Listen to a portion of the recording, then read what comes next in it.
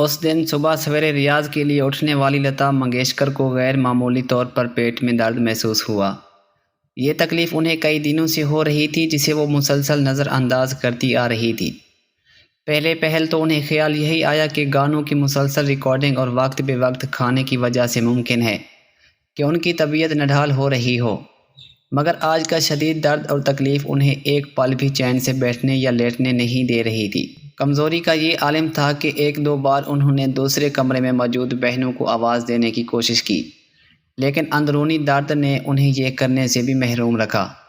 بستر کا کونا پکڑنے کے بعد جیسے ہی انہوں نے ایک بار اٹھنے کی کوشش کی تو چکرا کر واپس گر گئیں، اور اسی دوران انہیں پے در پے ہری الٹیاں ہوئیں اور ان کی تکلیف میں ڈوبی ہوئی بلند آواز سن کر گھر والے ان کے آس پاس پہنچ گئے تھے۔ سب کے ہاتھ پیر اس وقت پھول گئے جب انہوں نے دیکھا کہ لتا منگیشکر نیم غنودگی کے عالم میں بستر پر بے سدھ پڑی ہوئی ہے۔ ذکر ہو رہا ہے 1961 کا، جب بھارتی فلموں میں مدھر اور رسیلی آواز کی حامل لتا منگیشکر کی آواز کا جادو اپنے پورے عروج پر تھا۔ 32 برس کی لتا منگیشکر کامیابی اور کامرانی کی نئی مثال قائم کرنے میں مگن تھی۔ ہر موسیقار ان کی دلوں پر جلترک بجنے والی آواز اور استفادہ کرتا۔ نغمہ نگاروں کی بھی خواہش ہوتی کہ لتا کی آواز میں ہی ان کی تخلیقات کو نئے روپ میں ڈھالا جائے۔ وہ مسلسل 4 سال سے بہترین گلوکارہ کا فلم فیئر ایوارڈ جیت رہی تھی۔ اس تناظر میں کئی ہم عصر گلوکاروں کی تو چھٹیاں کرا چکی تھی، مگر اس وقت لتا دنیا جہان سے بے فکر انجانی تکلیف سے گزر رہی تھی۔ لتا منگیشکر کے گھر والوں کے لیے یہ صورتحال خاصی پریشان کن تھی۔ جبھی فوری طور پر family doctor D R Kapoor کو طلب کیا گیا، جو اپنے ساتھ ایکس رے مشین تک لے آیا۔ لتا منگیشکر کی حالت بگڑتی جا رہی تھی۔ ڈاکٹر ڈی آر کپور نے لتا کی نبض چیک کی اور پھر ان کے پیٹ کا ایکس رے کیا۔ لتا کی بہنیں اور بھائی کے چہرے پر فکر کے سائے گہرے ہو رہے تھے۔ سب کی نگاہیں ڈاکٹر پر مرکوز تھی، جن کے نکلتے ہوئے الفاظ سننے کے بعد ایسا محسوس ہوا جیسے کمرے میں زوردار دھماکہ ہو گیا ہو۔ ڈاکٹر ڈی آر کپور نے ایکس رے اور لتا منگیشکر کو دیکھنے کے بعد بس یہی کہا، انہیں سلو پوائزن دیا جا رہا ہے۔ اس انکشاف کے بعد ہر کوئی سہم کر رہ گیا۔ لتا منگیشکر کی جو گہری نیند میں تھی وہ ان سب باتوں سے لا علم تھی۔ ڈاکٹر کے مطابق یہ زہر لتا کو کھانے کے ذریعے دیا جا رہا تھا۔ یہ سن کر اوشا منگیشکر فوری طور پر باورچی خانے کی طرف بھاگی۔ تلاش کی اس باورچی کو جو روز کھانا بناتا تھا، لیکن اس کا دور دور تک کوئی اتا پتہ نہیں تھا۔ فوری طور پر انہوں نے پکے پکائے کھانے کو ضائع کرنا شروع کر دیا۔ ادھر ڈاکٹر ڈی آر کپور نے دیگر اہل خانہ کو بتا رہے تھے کہ خوش قسمتی سے لتا منگیشکر کو دیے جانے والا یہ زہر ابتدائی مراحل میں تھا، لیکن اس کے اثرات کو دور کرنے کے لیے لتا کا باقاعدہ علاج ہوگا، کیونکہ زہر ان کے معدے کو متاثر کیا ہے۔ اور کسی کے چہرے پر ہوائیاں اڑ رہی تھی۔ سوال بے شمار تھے جو ذہنوں میں کلبلا رہے تھے کہ آخر وہ کون تھا جو لتا منگیشکر سے اس قدر نفرت اور عداوت رکھتا ہے کہ انہیں دھیرے دھیرے موت کی آغوش میں پہنچانا چاہتا ہے؟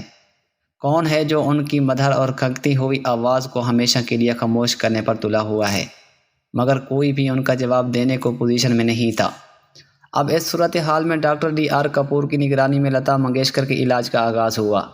باورچی خانے کے ذمہ دار اوشا منگیشکر نے سنبھالی وہ باورچی جو کوئی مہینوں سے منگیشکر خاندان سے جڑا ہوا تھا۔ وہ ایسے غائب ہوا جیسے گدھے کے سر سے سینگ۔ یہ اور بات ہے کہ اس کی تلاش کے لیے خود منگیشکر خاندان نے کوئی جدوجہد نہیں کی۔ ان کا یہی کہنا تھا کہ ان کے پاس اس حوالے سے کوئی ثبوت نہیں ہے کہ زہر واقعی باورچی دے رہا تھا یا کوئی اور۔ فلمی دنیا میں یہ خبر آگ کی طرح پھیل گئی کہ لتا منگیشکر کو زہر دیا جا رہا تھا۔ کچھ جرائد نے تو یہاں تک فسانے گھڑنے شروع کر دیے کہ اب لتا منگیشکر کبھی بھی گلوکاری نہیں کر پائیں گی۔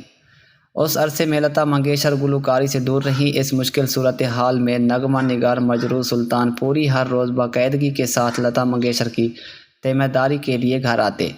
مجروح سلطان پوری لتا کے لیے بنایا گیا کھانا سب سے پہلے خود چکھتے اور پھر گلوکارہ کو دیا جاتا۔ لتا کی دل جوئی کے لیے مجروح صاحب شاعری اور کہانیاں بھی سناتے۔